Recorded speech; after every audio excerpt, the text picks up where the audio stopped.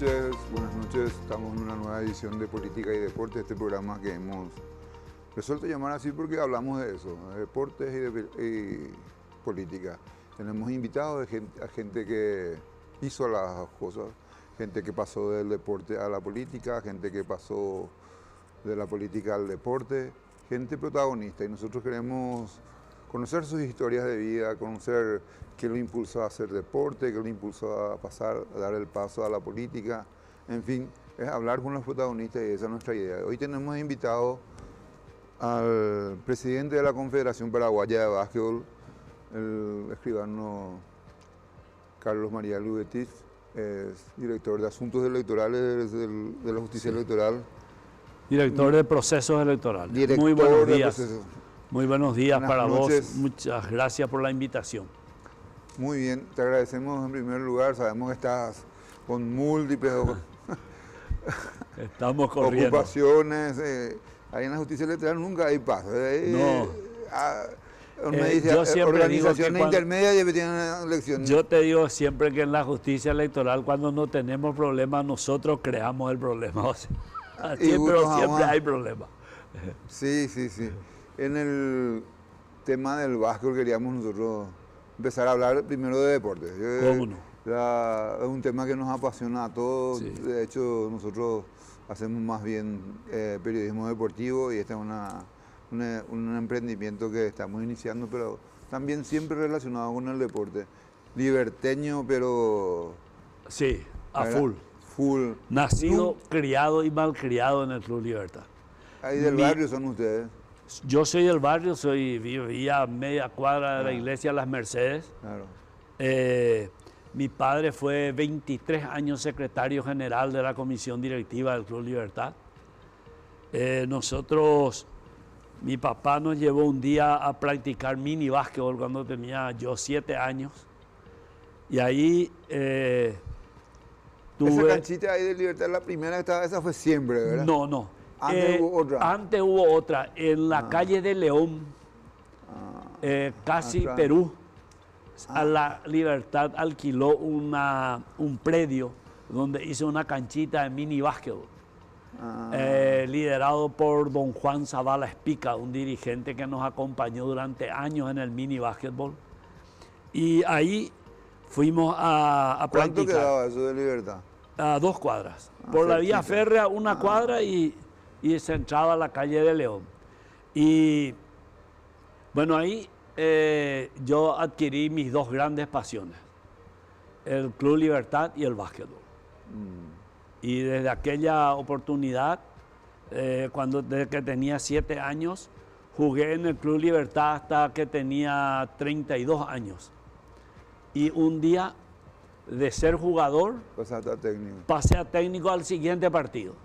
Eso no fue en el 86, 87. Ese año salió campeón ustedes. Sí. En el 86 fuimos campeones con Cary Holland como el pivot desequilibrante en el básquetbol paraguayo. Y luego fuimos, a inicio del 87, fuimos a jugar al Sudamericano en Valparaíso, en Chile. En el regional Jackson. Y le trajimos a Jackson ahí y jugó él en Libertad desde esa época hasta el año 90. Jugó 87, 88, 89, un jugador extraordinario. La gente iba a la cancha para verlo jugar a él. Sí. Realmente era yo soy uno de ellos. un espectáculo era verlo jugar. Y bueno, y cuando él llegó, yo pasé definitivamente a ser suplente, ¿verdad? Porque yo tenía ya 32 años. ¿Cuándo? Esos 32 años era 32 Sí, años. Ahora los muchachos vuelan todavía a esa época, pero nosotros ya empezamos a sentir piso, las rodillas, el tobillo. Eran canchas muy feas y te dañaban realmente, te desgastaban. Y entonces yo pasé a ser suplente y un día los americanos se enojaron con el técnico, pidieron la renuncia al técnico y nuestro presidente del básquetbol. No. Después Roja y Roja vino como asesor, pero lastimosamente él casi no pudo cumplir su función porque desde que llegó le tomó fuego de San Antonio. Y no era podía, un señor grande ya. Era un señor grande y no podía moverse, entonces le costaba mucho. Pero en esa época los americanos, como te decía, se enojaron con el técnico y bueno, me dice Montalvetti, yo ya dirigía las inferiores de Libertad y ya había hecho la Escuela Nacional de Educación Física, era técnico recibido y me dijo, ¿por qué no te haces cargo del equipo mientras buscamos un técnico? Y entonces, de ser jugador, al siguiente partido pasé a ser técnico. Y recuerdo bien que Jackson le dice a Montalvetti, Carlos tiene que quedarse como técnico, él tiene cabeza, le dice. Y bueno, eso promovió que me quedé. 87 fuimos campeones, 88 perdimos la final contra Olimpia, 90 otra vez salió campeón Libertad. Pero 87 ya salieron campeón en Galaxia, ¿verdad? En el Galaxia, sí, en el Galaxia. Increíble. El Palacio de los Deportes que se llama. Yo creo, no sé ni si alguna vez se va a poder reprisar esa época de tanta... Y es muy difícil, ¿verdad? Porque se llenaba el estadio y Libertad en particular llenaba solo el estadio. Sí. Y se tenía que poner pantallas afuera para que la gente que no podía entrar pudiera ver en el estacionamiento, así es. ¿Qué pasó con Libertad en el básquetbol? ¿Por qué se fue? Y lastimosamente la comisión directiva, al no tener dentro de su seno a quien se encargue del básquetbol, decidió dejar la práctica del básquetbol momentáneamente, dicen ellos, pero no sé hasta cuándo va a ser eso. Es una lástima porque Libertad es un club que cuando el fútbol estaba muy mal, Libertad, el básquetbol le sostuvo como institución. Era el orgullo de los liberteños. Era el orgullo de los liberteños. En fútbol se fue a la segunda. Y tenía más gente en básquetbol que en fútbol. Hablando en básquetbol, Libertad, pues nosotros podemos decir que está entre los 4. Sí, está entre los 4. Olimpia, hoy en Libertad. día, así como está la situación, Olimpia es el más ganador. Sí. Luego viene San José, ¿verdad? Que está... pero San José hace 30 años. San José era un equipo de segunda hasta que se conformó. Y muy bien por San José. León Condú tuvo una visión de formar y San José... y yo también soy exalumno del San José, ¿verdad? De toda la vida, así que... Pero en inferiores ya estaba ascenso. Claro, ahí era San José. Pero luego ascendió a primera división y a partir de ahí tuvo una época, y tiene hoy una época dorada, ganador de los últimos 10 certámenes, ganó 8, o sea, hoy San José es una potencia realmente, no solamente en inferiores, sino también en primera división. Y tiene muchos jugadores ya de la cantera que juegan en primera, fuerte, fuerte, muy fuerte. Y el tema de Ciudad Nueva, ¿qué vos pensás? Bueno, y Ciudad Nueva también es una institución tradicional, que tuvo un momento esplendoroso con César Fernández, Pavón, Los Bogarín, Zapatini, Lucho González. Era el equipo del pueblo, hay que decirlo. El que era de otro club era mitad ciudense. Y yo, a pesar de que Ciudad era muy contrario con nosotros, con Libertad, para mí siempre, después de Libertad, simpatizaba con Ciudad Nueva en aquella época. Un club querible, un club vos ves la fibra ahí del ciudadense. Admirable el club porque hasta hoy, con pocos recursos, es un club que le pone garra, está siempre, tiene formativas, forma jugadores buenos, tiene una mística impresionante.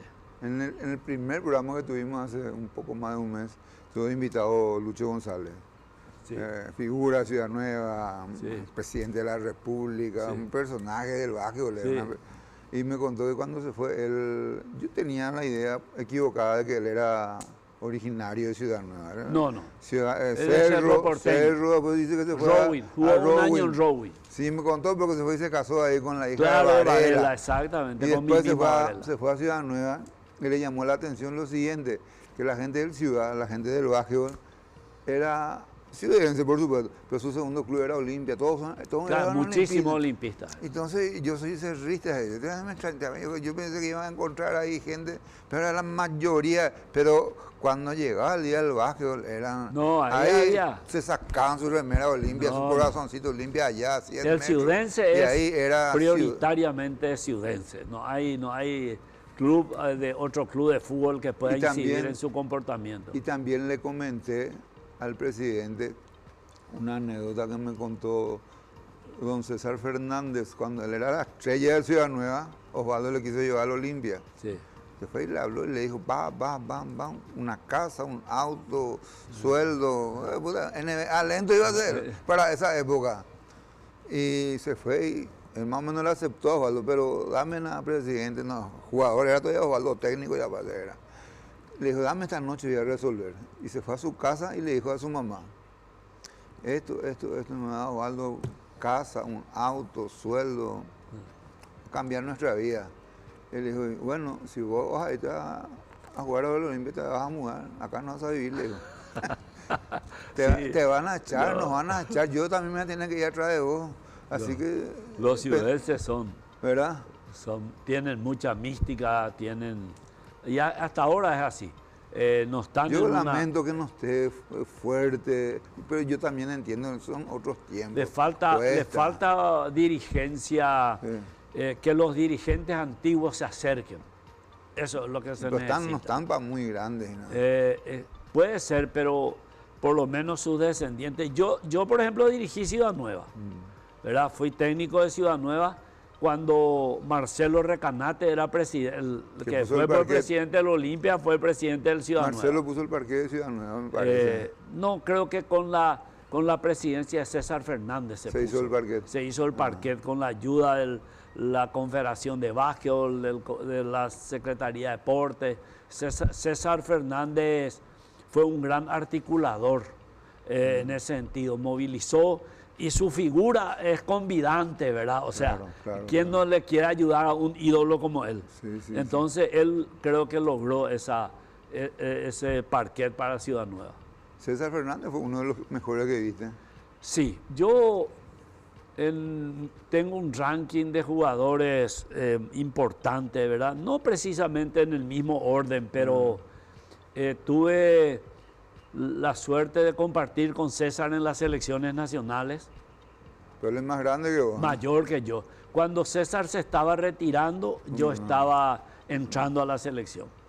Y después tuve la suerte de jugar con 3 enormes jugadores. Gualberto Echagüe, Miguel Ángel Aguilera y Osvaldo Scapini. Fallecido Miguel Ángel Aguilera. ¿Qué tenía él? Él murió del COVID. No, digo, como jugador. Como jugador, no. ¿Qué él era? Él era un fenómeno, un goleador de raza. En la época del doble todavía. Y después del triple. Jugó ya con el triple. Él tiraba así, pasando 2 metros la media cancha, podía tirar. Era un... El liberteño, ¿verdad? Liberteño, sí, nacido y criado con nosotros, mi amigo del alma. La pucha, un lamento que se haya ido. Lamento que se haya ido. Entiendo tu emoción. Mira, él le metió a Argentina en un partido 48 puntos en un torneo sudamericano. Solamente los monstruos hacen. Diestro, ¿verdad? Era diestro. Vos sabés que fuimos a jugar un torneo a la Argentina. Un torneo de fin de año que organizaba el Club Obras Sanitarias de la Nación. Y jugamos contra el equipo de Obras Sanitarias, contra la selección brasilera, contra un equipo norteamericano y la selección de Paraguay. Y en el partido que jugamos contra Obras Sanitarias, Aguilera estaba imparable. De todos los lados. Pero era impresionante. Terminó el partido y el presidente de Obras Sanitarias, el ingeniero Mancini, entra a nuestro vestuario y le dice, muchachos, yo quiero que venga a Obras Sanitarias a jugar. Y le dice Miguel, no, yo no puedo, señor, venir, porque yo trabajo en el banco y estoy terminando mi carrera, así que no voy a poder. Era la realidad de Claro, era la realidad suya. Sí. Y se enojó mucho Mancini. Le digo, pero mi hijo, con lo que vos sos, va a venir al mejor equipo de Sudamérica, te vas a convertir en un profesional, un monstruo, estás dilapidando tu futuro, en síntesis sos un vago de mierda. Y el tercero que tenés, Gualberto Aguilera. Osvaldo Scapini, César Fernández. A mí me gustaba mucho Sergio Pavón como base. Ese era Cerro. De Ciudad Nueva. Ciudad. Sí, un jugador. Y cuando yo era muy joven, yo me iba a la cancha para verle jugar a Bubi Carvalho. Me dijo el presidente Lucho, Bubi Carvalho. Bubi Carvalho era un jugador en su época fuera de serie. Y bueno, esos son los jugadores paraguayos, digamos, que más a mí me llamaron la atención. Y después los americanos, Jackson, Holland, Lobo Hamilton, jugadores que... Anthony Hunter, muy sí, bueno, ese vino de Alemania. Eran jugadores excepcionales. Lobo Hamilton era muy bueno, ¿verdad? Sí, un fenómeno. Era lindo verle jugar. Después vino al Olimpia, vino Jeffrey Jenkins, el soñador. Sí, el soñador. Con Dale Parker era la dupla de él. Después le trajeron a uno chiquito. A uno chiquito, Willie Scott, que era un base y un triplista de primer nivel. Bueno, jugadores que llamaron la atención. Pero Libertad, esa dupla de Libertad era casi insuperable. Sí, Holland y Jackson eran realmente... Jugar, no, era un y Libertad tenía un plantel corto. Cuando yo dirigía Libertad teníamos un plantel corto. Estaban Holland, Jackson, Galli, Franco y Ocampos. Ese era el equipo titular, ¿verdad? Y después ya teníamos algunos, después vino Cabral, que eso sí sumó un jugador de categoría, fuerte. Era un jugador fuerte. Después vino Masi, que era arquero también de fútbol, vino de San Lorenzo. Evaristo. Carlos Morínigo. Y Morínigo estaba, y así fuimos completando. Había un muchachito que tenía apellido italiano. Ravetti. Teníamos un equipo no tan largo, pero que pero el rendimiento era muy parejo. Jackson tenía 20 puntos para 25 comenzar. De promedio. Comenzamos. Entre los dos americanos hablamos de 45 a 50 puntos por partido. Ganar, sí, eran de ese, y después la capacidad goleadora. Franco era un chiplista y González Galli también. Y Ocampo era un jugador de rol, marcador, reboteador, con un puntaje no tan alto, pero eficiente como él solo. Y Cabral era bravo. Y Cabral era bajo largo, era un toro. Era un toro. Un toro realmente, era un jugador importantísimo. Él era para más un jugador que ni siquiera las jugadas se hacían para él. Él recogía la basura que había por ahí y le metía adentro. El que no agarraba Holland. Exactamente, así mismo. Y hablando de un poco del básquetbol, del interior, antes había nacionales, habían grandes torneos con mucha concurrencia, se apagó eso por lo menos hace 20 años mínimo. Te cuento que el torneo nacional desapareció por mucho tiempo y nosotros, yo desde ahí cuando asumí la Confederación Paraguaya de Básquetbol, decidí revivir los campeonatos nacionales. Hoy quiero aclararte que los campeonatos nacionales a nivel de inferiores son espectaculares. Hoy tenemos, antes para juntar 8 equipos en un torneo nacional era un esfuerzo, había que invitar acá. Hoy van 16, 14 equipos, 18, 16 en masculino, 14 en femenino. Se juntan 30, 32 equipos en un torneo. O sea, es una cosa impresionante. Y tenemos torneos de sub-15, sub-17, sub-19, de todas las categorías. Ahora, con respecto al torneo de mayores, el nacional de mayores, sí hay una problemática económica.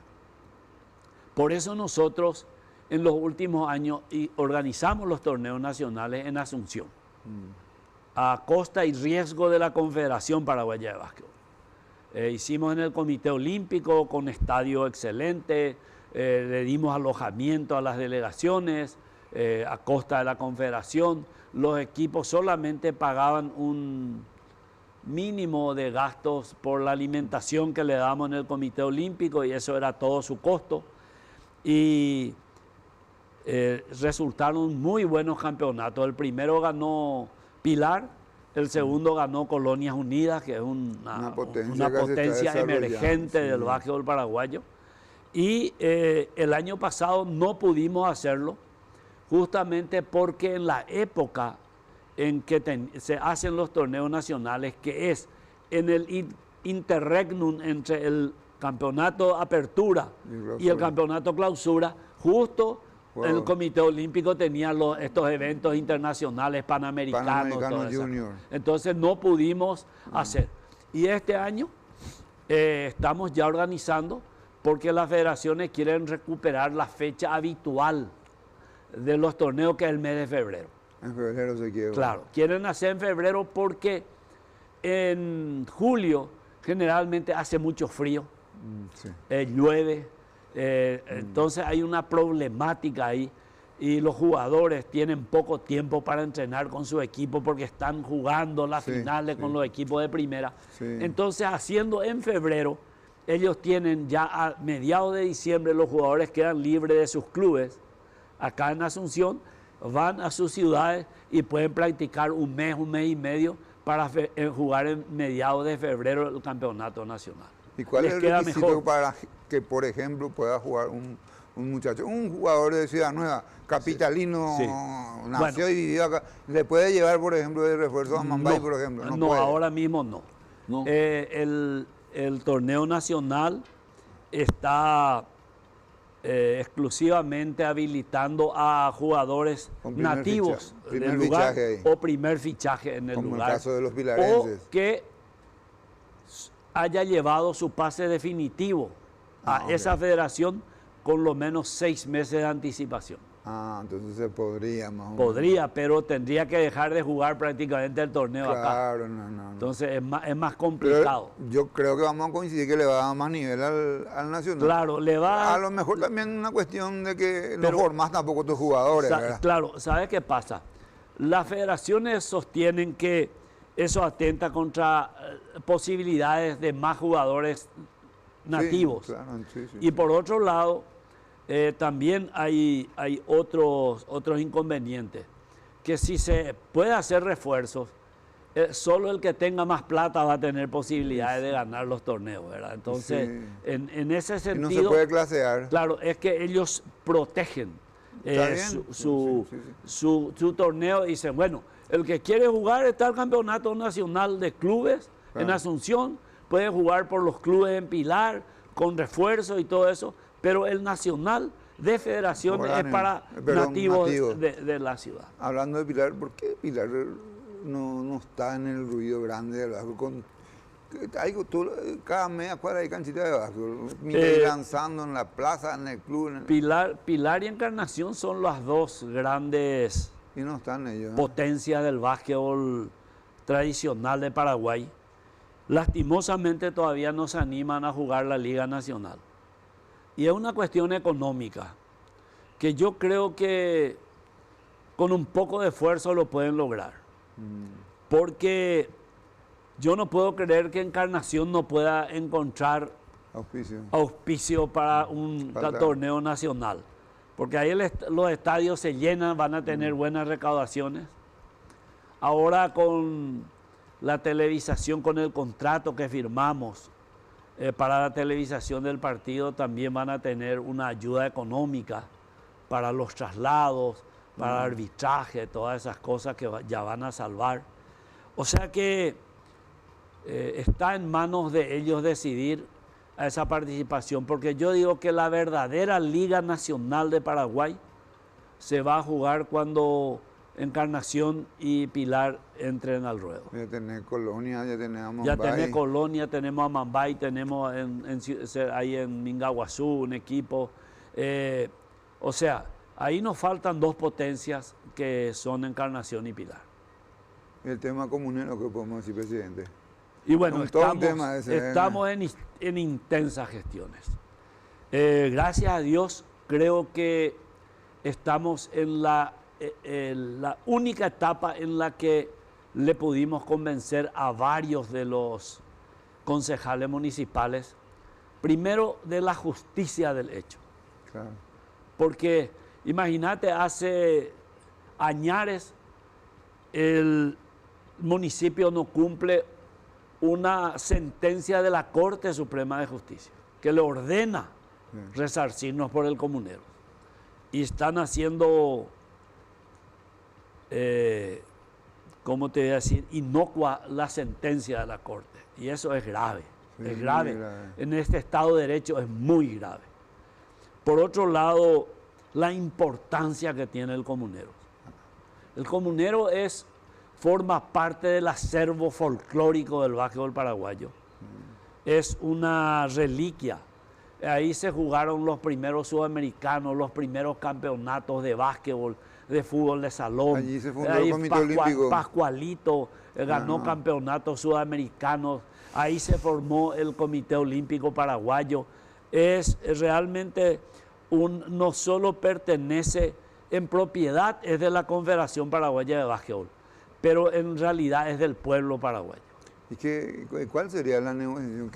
Y nosotros, la municipalidad no te va a venir, no te va a dar la plata, no te va a dar. No nos va a dar porque... ¿El predio? Pero no pretendemos eso. Nosotros pretendemos que nos otorguen el predio. ¿Dónde quieren? ¿Dónde? Y mira, firmamos un acuerdo con el intendente de Asunción para... ¿Con el actual? No, con el anterior. Rodríguez. Con Rodríguez. Para 4 hectáreas en la costanera, cerca a 1000 metros antes de llegar al puente. Ya está marcado inclusive en los mapas de la municipalidad, decía ya Confederación Paraguaya de Básquetbol. No hay peligro de agua ahí. Y nosotros estamos a esa altura, difícil que llegue, pero nosotros tenemos ya compromiso del refulado, vamos a levantar toda la propiedad para construir el estadio. Y lastimosamente la Junta Municipal rechazó el acuerdo y ahora estamos tratando de revertir esa situación.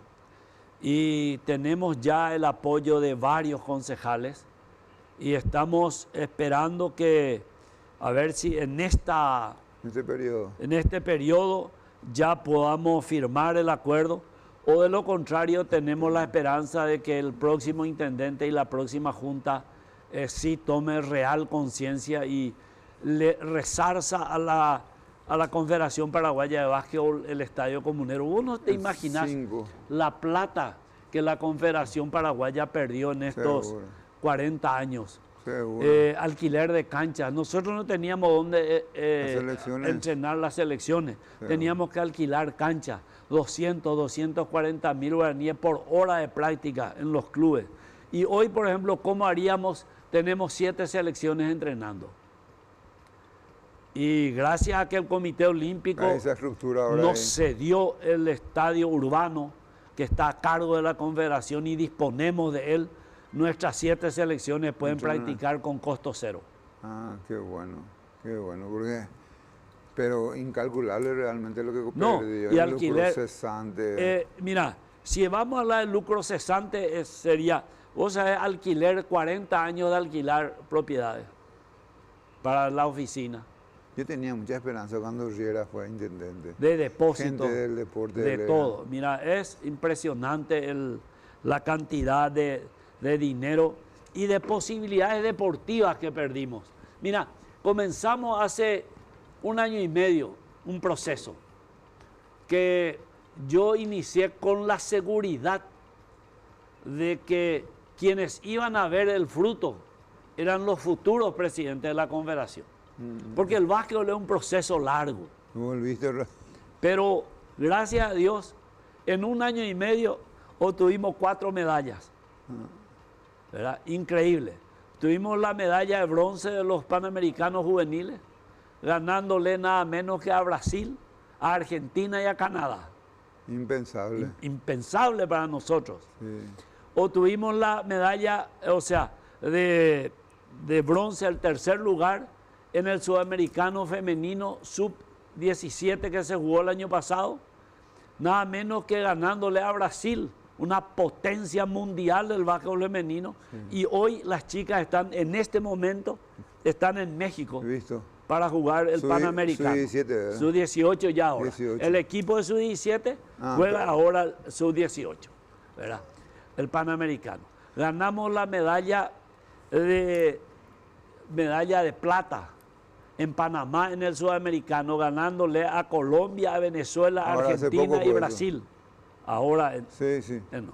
Y ganamos la medalla la de plata también en masculino, ¿verdad? solamente por detrás de Brasil. O sea, estamos en una etapa de mejoramiento sustancial. Tema de estatura estamos mejorando. Tenemos un operativo altura que en este momento está un poco paralizado, pero que vamos a retomar la semana siguiente con la llegada del nuevo técnico. Tenemos 29 chicos de más de 2 metros que están entrenando. Son todos de acá, con pequeñas de capital y del interior del país. Le concentramos una semana, le damos todos los tips que tienen que llevar para seguir su entrenamiento en su ciudad y después le volvemos a juntar otra vez. Es importante que se haya mejorado en el tema de estatura. Antes 1,90, 1,94, eso eran monstruos. No, ahora hablamos de 2,4 para que empiece a ser considerado alto, ¿verdad? ¿Y en el femenino qué tal estamos? En femenino, nosotros cuando recibimos la confederación ya no había torneo femenino. Hoy tenemos femenino, tenemos sub-13, sub-15, sub-17, sub-19, sub-22 y mayores. 6 categorías se están jugando en femenino. En las inferiores tenemos 14 equipos y en mayores es lo que todavía estamos con déficit. Pero vamos a levantar, tenemos la esperanza de que el año que viene vamos a tener, o en esta clausura, vamos a tener ya una mayor cantidad de equipos y vamos a... La selección está entrenando ahora ya las que va a participar del sudamericano en el mes de julio, a finales de julio.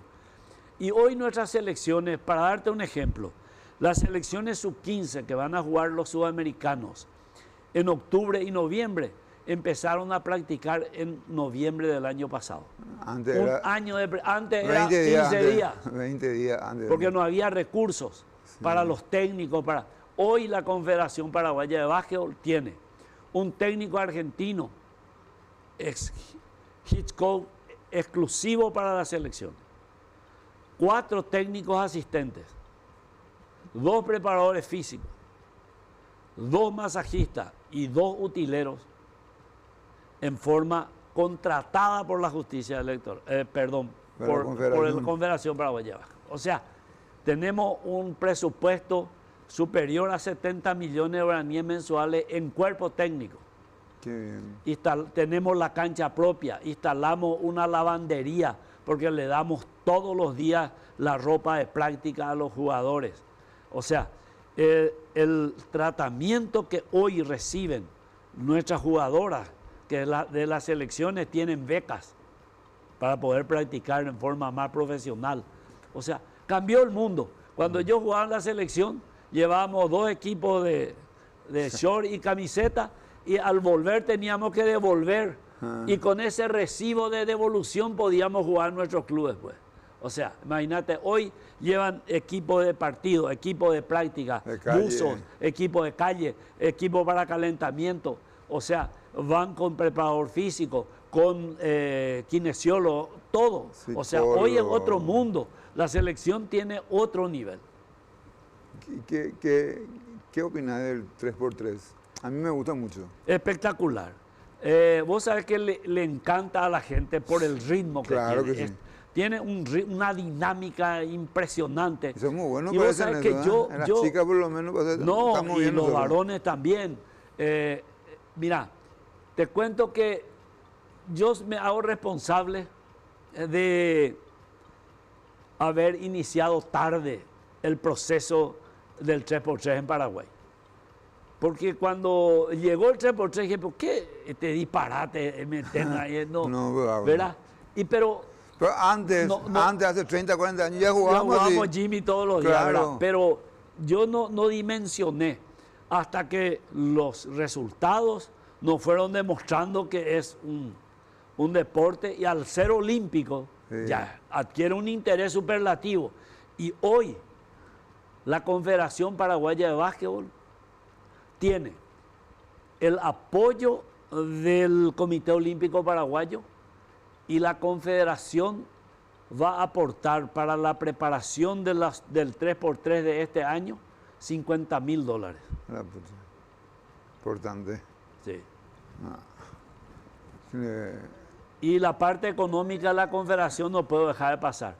Y en eso sí me siento orgulloso. En los Juegos de Sur del 22, sí. ese 3x3 era una locura, Sí, la gente que había claro, para entrar a ver, no se podía. Sí. Y te decía la parte económica. Hace 3 años y medio recibí la Confederación Paraguaya de Básquetbol después de la pandemia y después del apoyo que no nos dio la Secretaría de Deportes. Recibimos la Confederación de Básquetbol con una deuda de 1.150 millones de guaraníes. Y hoy, 3 años y medio después, no le debemos un peso a nadie.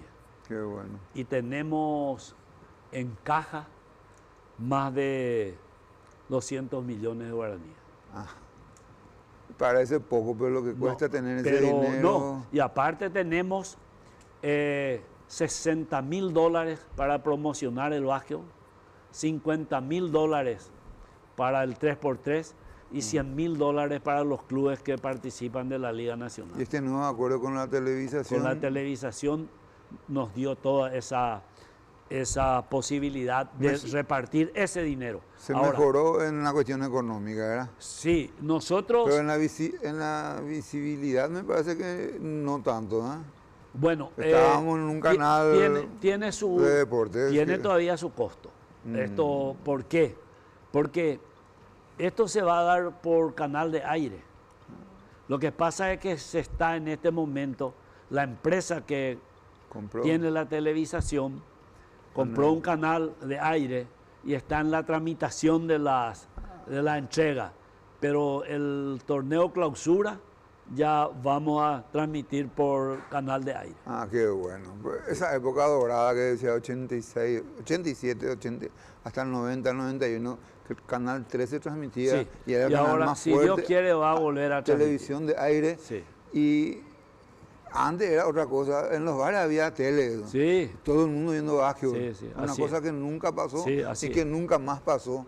Últimamente hubo otra vez un poco un repunte. Y hoy pero me parece que le falta al básquetbol metropolitano, por lo menos, que haya más equipos que compitan. Hoy, por ejemplo, nosotros tenemos nuevamente 3 americanos por equipo. Y todos los equipos, los 8 participantes tienen extranjeros. Cosa que ya no ocurría hace muchísimos años. 3 equipos tenían extranjeros, el resto no. Ahora todos tienen extranjeros. Qué bueno. Y los partidos se volvieron mucho más competitivos. Por ejemplo, antes un partido San José, Campo Alto, San José, era 40, 50 puntos de diferencia. Hoy a todos los equipos les cuesta ganar. Está parejo. Se está emparejando de a poco. Y es un proceso natural. Pero yo sigo insistiendo. ¿Vos sabés cuántos equipos hay en el torneo de inferiores de básquetbol? En los torneos de inferiores tienen 24 equipos compitiendo. Viste que Olimpia tiene 2 equipos, uno blanco y otro negro. San José también, San Lorenzo también, porque tiene una superpoblación de jugadores. Y tenemos compitiendo en el torneo metropolitano 12 equipos del interior, que no son de Asunción. Tenemos un equipo de Pilar, 3 equipos de Encarnación, 2 equipos de Colonia, un equipo de Ciudad del Este, un equipo de Mingaguazú, un equipo de Caguazú, un equipo de Villarrica, un equipo de Oviedo, un equipo de Pedro Juan Caballero. O sea, todo el mundo está compitiendo. San Lorenzo, Luque, que tampoco son de Asunción. 12 equipos del interior están jugando la Liga Metropolitana. Luque en sus buenos tiempos estuvo en También, primera. Sí, ¿verdad? en primera, hasta el año pasado. Pero 40 años atrás, pues, sí, Luque era llegó a jugar hace poco una final contra Libertad. Claro, sí. Nacional, Sol, sí. Bueno, una pena que esté fuera. Por eso, tenemos que recuperar Sol de América, Libertad. Sol varias veces campeón. Son muchas veces campeón. Son, en paréntesis, Sol y Libertad son los terceros y cuartos equipos más ganadores, ¿verdad? Sí, o sea, y antes había ascenso. Había ascenso. Pero el ascenso se trasladó a los equipos de exjugadores. Torneos de veteranos hay muchísimos. Sí, en el rowing. En el rowing se juega en Ciudad Nueva. En Ciudad Nueva se ha sábado de tarde y en el rowing entre semana, de noche. Entre semana. Y también es importante señalar que por primera vez, aparte de la liga metropolitana de la Confederación, hay dos ligas. Una capitalina que tiene 12 equipos compitiendo y la liga de Central que tiene otros 12 equipos compitiendo. O sea, el básquetbol se expandió. Después de la pandemia, el básquetbol entró con un furor impresionante. Tenemos 7 federaciones nuevas y 4 que están gestionando su reconocimiento. Qué bueno, ¿verdad? Qué bueno. O sea, el básquetbol entró en un estado de explosión, de masificación después de la pandemia. Yo tengo una idea, yo sé que es difícil, soñador, porque me gusta demasiado este tema. Ahora que mencionaste que quieren hacer nacional en febrero, de repente, y reitero, es difícil, pero hacer mini... en México le llaman Festival Deportivo Olímpico Mexicano, FEDOM. Por ejemplo, hacemos en Encarnación, una ciudad grande, tiene playa, tiene carnaval, corso, fiesta en febrero. Ahí hace tu nacional de básquetbol. Y ahí en esos mismos días, no sé si en el mismo estadio, pero ahí hace también el fútbol de salón, que es muy popular, y el handball. 3 deportes. El handball es muy fuerte en el interior, hacia acá no está tanto, acá, pero digo nomás lo que va a ser una explosión deportiva, una explosión turística. O sea, hacer un torneo multidisciplinario, digamos. De esas 3 disciplinas. Lo que va a significar eso para el deporte. Sí, yo creo que una sugerencia que podemos hacerle llegar al Comité Olímpico. ¿Verdad que se podría pensar? ¿Por qué no? ¿Por qué no? Ahora tendríamos que tener tiene Encarnación en estructura. Tenemos que tener 3 estadios, ¿verdad? O claro. Sea, como para... Pero por ahí en una noche juega 2 de básquetbol y 2 de fútbol de salón, por ejemplo. Claro, teníamos que reducir nomás los equipos, pero se puede hacer. Pero se puede. Yo me acuerdo en el básquet, en los juegos universitarios a veces se coincidían deportes. Sí, también, sí. Vóley con fútbol de salón y eso se jugaba en una misma noche ahí en el Padeco. O sea, así mismo. Hablando un poco de juego universitario, vos jugaste en arquitectura. Sí. Yo jugué en arquitectura, estudié hasta el 4º curso de la Facultad de Arquitectura, luego dejé por cuestiones económicas. ¿Equipazo de arquitectura? Sí, equipazo teníamos, jugadorazos. Kublik, Fernando Brón, Canata, Chachi Gómez, Manolo Jiménez, Cafarena, Ibarrola, Cafarena, o sea, Ito Aponte, teníamos un equipazo. Y el rival era Derecho y Veterinaria, ¿verdad? Rubén Larán, Canata. Derecho. Presidente, no me quiero olvidar. Yo tenía 10, 11 años y me llevaron ahí unos hermanos de mis amigos de edad ya. Y nos fuimos ahí en la Secretaría de Deportes, mismo Derecho, porque uno de ellos era estudiante de Derecho, fanático de Derecho, contra Arquitectura. Yo tenía chico, reitero, pues me dijeron, ese es el hermano de ese, Papo. Y yo he visto, una patada a tu hermano ahí al costado. Se cayeron juntos. Y vos te subiste y le metiste una patada. Y yo le dije a mi socio, ese que no puede ser su hermano. Le dije, no, que es normal eso en el básquetbol. En el básquetbol no hay, en la cancha no hay parientes. Al terminar, después podemos ir a tomar una cerveza juntos también. Con los amigos, con todo. Pero al entrar a la cancha ya era a muerte. Y le dije a mi socio, no puede ser su hermano. Era en el básquetbol, y así era en todo. No, a muerte era, pero después... Si nosotros ganamos un campeonato, cuando le ganamos a Ciudad, Lucho González y compañía se iban al club a festejar con nosotros. Sin problema. Había sin problema, pero dentro de la cancha no ahí no había perdón para nadie. Papo era más calentón. Sí, Papo era terrible. Una vez cuando yo dirigía Libertad, en el Palacio de los Deportes, inclusive una vez me pegó, o sea, antes de comenzar el partido, o sea. Pero es parte del espectáculo, ¿verdad? Lo que le hacía el lindo el deporte. No había otra, era la forma de manifestación de esa época y hoy en día ya es impensable eso. No. impensable. Problema Cambió el mundo en ese sentido, o sea, y el deporte en sí también, o sea, no hay... ¿Y de política qué puede contarnos, Carlos? Bueno, ¿Vos eras militante PRF? Yo sí, fui 2 veces presidente del Partido Revolucionario Febrerista, fui diputado nacional por el partido, y soy hasta hoy un amante del partido, porque ya no puedo decir militante porque mi cargo no me permite militar, ¿verdad? ¿Y existe todavía el PRF? Alejado. Y existe el PRF sin la fuerza que tenía anteriormente. No, claro, con seguridad. Se fue minimizando el partido por errores propios también. Es un partido que en una... ¿No les absorbió a usted el encuentro? En parte sí, pero ya antes de eso el partido entró en un deterioro de militancia importante, porque los febreristas nos solazamos en una época en expulsar a nuestros compañeros de partido. No importa que se vaya, ese luego, no hay que se vaya. Y bueno, cuando nos dimos cuenta, no se fueron la gran mayoría. Cuando ¿verdad? decía que entraban en un tranvía. Estábamos entrando en un tranvía. Pero fue grande el partido febrerista. Pero el partido febrerista fue grande y es grande todavía desde el punto de vista de su ideología. Ideológicamente es un partido fuerte, es un partido que forma a sus militantes.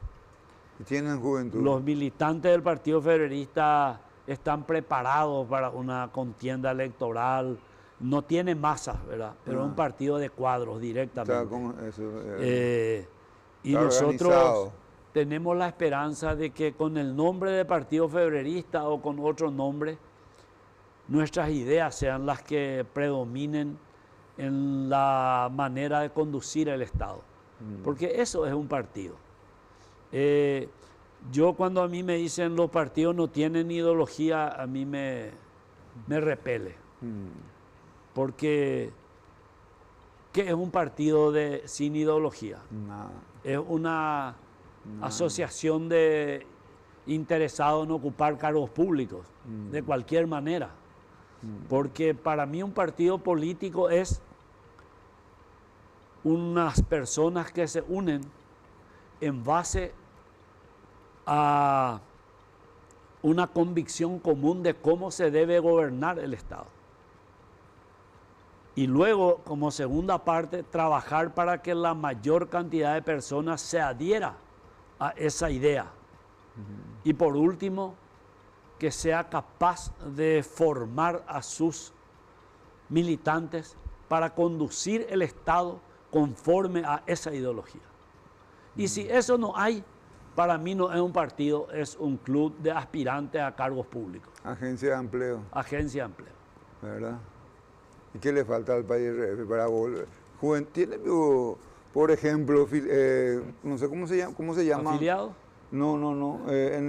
Seccionales, comités, ¿cómo se llaman? Sí, tiene comités en el interior y comités barriales, pero como casi todos los comités de la oposición paraguaya no tienen mucha actividad. Lastimosamente, la única organización política que tiene una activa militancia en sus cuadros, ya sea departamentales, distritales o barriales, es el Partido Colorado. Y por eso les va bien y por eso les va bien electoralmente. Y entonces eso hay que reconocer. ¿Hace cuánto no presentan candidaturas propias? Bueno, la última candidatura que se presentó por el Partido Febrerista ganó la Intendencia de Asunción Mario Ferreiro. Lista 3. Lista 3 y representando al Partido Revolucionario Febrerista. Y después candidaturas presidenciales, realmente últimamente el partido presentó solamente a través de alianzas que se dieron en los últimos años sin resultado positivo. Es cierto, porque PRF y Nacional son hermanos, primos hermanos, que hay muchos nacionalófilos febreristas, ¿no están así? Hay muchos, hay nacionalófilos febreristas, Enrique Sánchez, por ejemplo, el presidente hoy actual. Comenzamos ya en la época anteriores, cuando los presidentes nacional eran del Partido Febrerista, ¿verdad? Hay mucho, yo les recuerdo a Gumersindo Adorno, hay muchos militantes febreristas que son del partido, del Club Nacional. Sí. Había un señor que fue diputado, Lugo Rodríguez, Lugo, sí, él también nacionalófilo, sí. Sí, había mucha gente, yo le veía a la gente, sí, como le dicen a los de febrero en cancha de Nacional. Así mismo, así es. Hay muchos militantes del partido. ¿Qué te causa cuando la gente dice esas máquinas no sirven y se presta para el fraude y luego socio de Cártel y amigo de ellos y bueno, era de fulano? Yo quiero decirte que ¿cómo es posible que yo hace 31 años esté en la justicia electoral haciendo fraude según ellos y nunca nadie me pudo delatar o ver o por lo menos denunciar, mira, este me está incitando a hacer fraude? O sea, y en la justicia electoral hay de todos los partidos. Sí. La mayoría no son de mi partido, el 100% no son de mi partido. Son colorados, liberales, encuentristas, de todo lo que vos quieras encontrar. Y respecto a Cartes, yo no soy colorado, no milito en el Partido Colorado, pero no puedo negar que Cartes es mi amigo. Liberteño. Jugamos juntos mini básquetbol en el Club Libertad desde que teníamos 10 años. Yo una vez te escuché decir eso, porque la gente puede decir antes, no, Horacio es olimpista, y Nayay Olimpia, no, y se fue a la Libertad. Mira, en realidad, Jorge, el hermano de Horacio, era mi compañero de equipo, por la edad. Y Horacio estaba en una división más chica, 2 años menor que nosotros. Jugaba básquetbol en el Libertad, su abuela le llevaba todos los días a jugar, la mamá de Horacio es liberteña. O sea, que es olimpista es una mentira, no es cierto. Compartimos con él desde los 8 años en básquetbol en Libertad.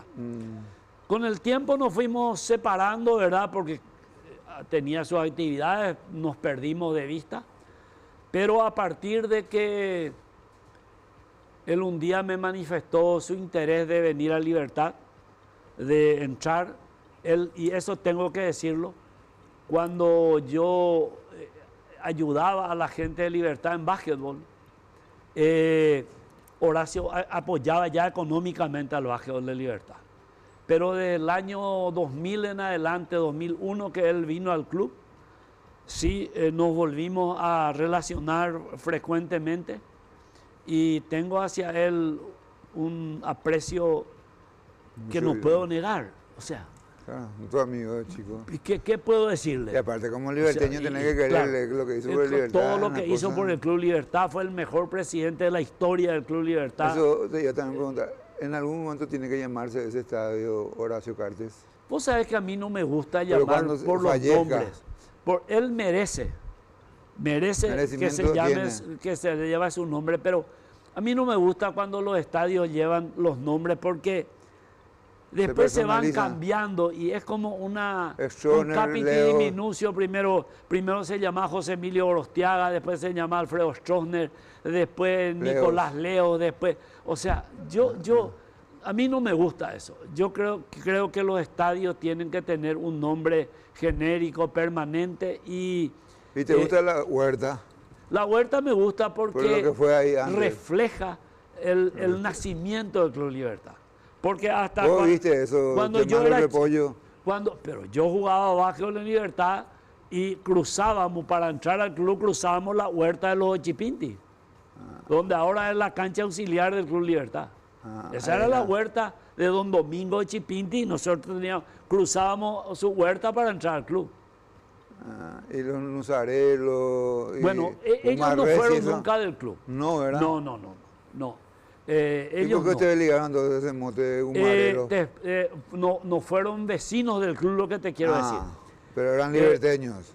Claro, la hinchada de Libertad era conducida por ellos, ¿verdad?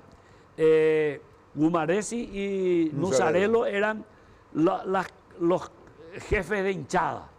¿verdad? Como después fueron los Olites tradicionalmente, ¿verdad? Primero José, después Emilio, después su hijo José, y así fueron los líderes de la hinchada de Libertad. Y cuando llegaba la hinchada de Libertad, la gente decía Ohuma los gumarelos. La mezcla de gumarresi y nusarelo, ¿verdad? Entonces ahí quedó el mote de gumarelo al Libertad. Bueno, entonces, pero volviendo al tema político, saliendo otra vez del deporte, hay... Y decía nomás, las máquinas de votación eso quería. son una garantía para el proceso electoral. Otorgan una fiabilidad muy superior a las papeletas. Porque si vos te das cuenta, la máquina tiene las papeletas impresas y se cuentan también las papeletas. Y ahora te da la opción de hacer el escáner ese ahora. Y aparte, la máquina confirma que ese es el resultado. E imprime un acta que anteriormente se podía fabricar de cualquier manera a mano. Ahora no, ahora la máquina te dice el resultado. O sea, tiene mucho más seguridad. Y la gente que no, esto se puede hackear. Le dimos un mes de tiempo, trajeron imanes, antenas, láser, lo que se les antojó. No se puede. Y al final te dicen otra vez, sí, pero si viene una antena que haga, ¿y dónde hay esa antena? No sé. Entonces, estamos ante una elucubración mental de un posible fraude, ¿verdad? Y nosotros nos quieren que nosotros probemos que no se puede hacer fraude. Ellos tienen que probar si hay alguna forma de hacer fraude. ¿Cómo yo puedo probar? Claro. Es lo mismo que vos me decís. Lubetti amaña las elecciones. Y yo te pregunto, ¿cómo yo puedo probarte a vos que no amaño elecciones? Vos tenés que probar si tenés algún dato. Mira, hizo esto, aquello. Pero el que conoce cuál es mi trabajo en la justicia electoral, jamás puede pensar que yo pueda hacer fraude. Porque yo trabajo en dos aspectos.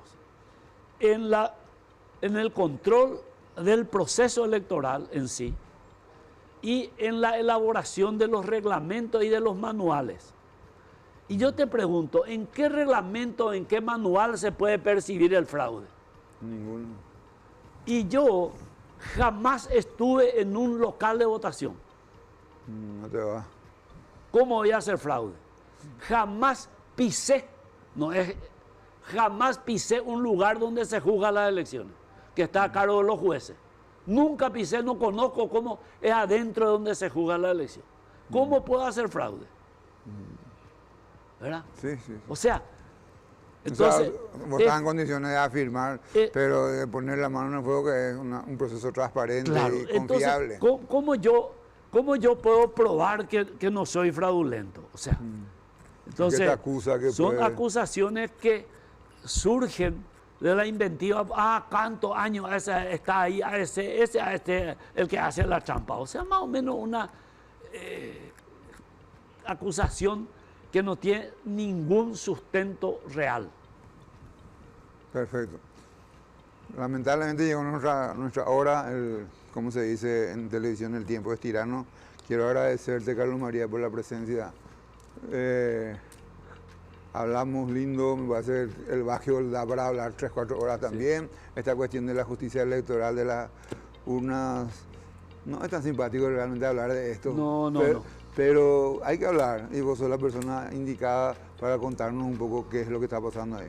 Vos sabés que para nosotros hubiera sido muy simple seguir con papeletas. ¿Viste? Hoy la papeleta de Perú, una cosa loca. Sí. Yo trabajé en el Perú un año contratado por las Naciones Unidas para asesorar el proceso en el Perú. Y en el Perú siempre es complicado. Parece una planillita que hacen a mano, una cosa de loco. Hasta ahora no están definiendo. No, y no van a definir, va a tardar mucho. Imagínate vos la eficiencia de la justicia electoral. A las 4:30 se terminó el acta de escrutinio. A las 6:10 estábamos dando el resultado con el 100%. Los observadores internacionales que estaban acá no pueden creer. No, pero ¿cómo es posible que ocurra esto?